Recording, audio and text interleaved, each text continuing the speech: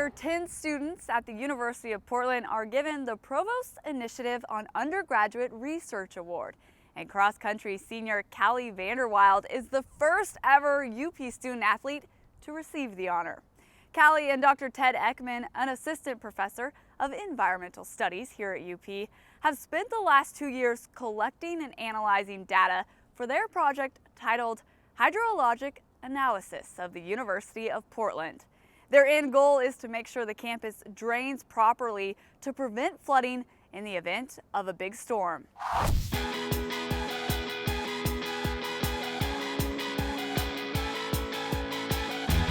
The undergraduate research program is a part of a larger picture of experiential learning. Calli might be the very first student athlete to win this grant.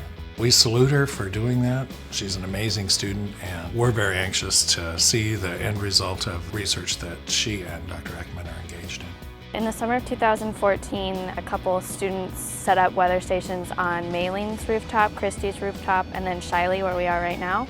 So we have a comparison between the temperatures going on above a concrete surface versus a green surface. We have the rooftop weather stations on Mayling, Christie, and Shiley because those buildings are 3 different altitudes.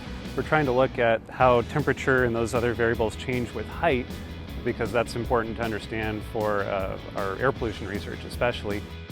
We can measure how much water there is in relation to when the last rainfall was, how fast the water has dried up, and how much water has evaporated into the atmosphere versus would have drained out down into an urban environment and become runoff to cause any kind of flooding.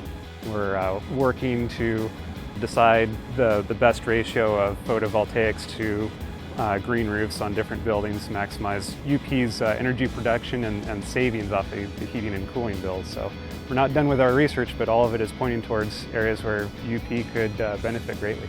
We're very interested in having transformative education here at the university, and that generally happens when students are involved in their education in a deeper way.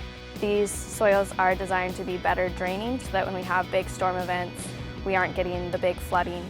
So I'm presenting a lot of this in the conference coming up in San Francisco. I specifically highlight the big flood that we had here in Portland over Halloween, and my research shows that if we had green roofs designed with either the Brookisol or Micasol soils that we have developed, we wouldn't have had hardly any rainwater runoff on the buildings that we have on campus. So just from that you can see applications in an urban setting with preventing stormwater flooding.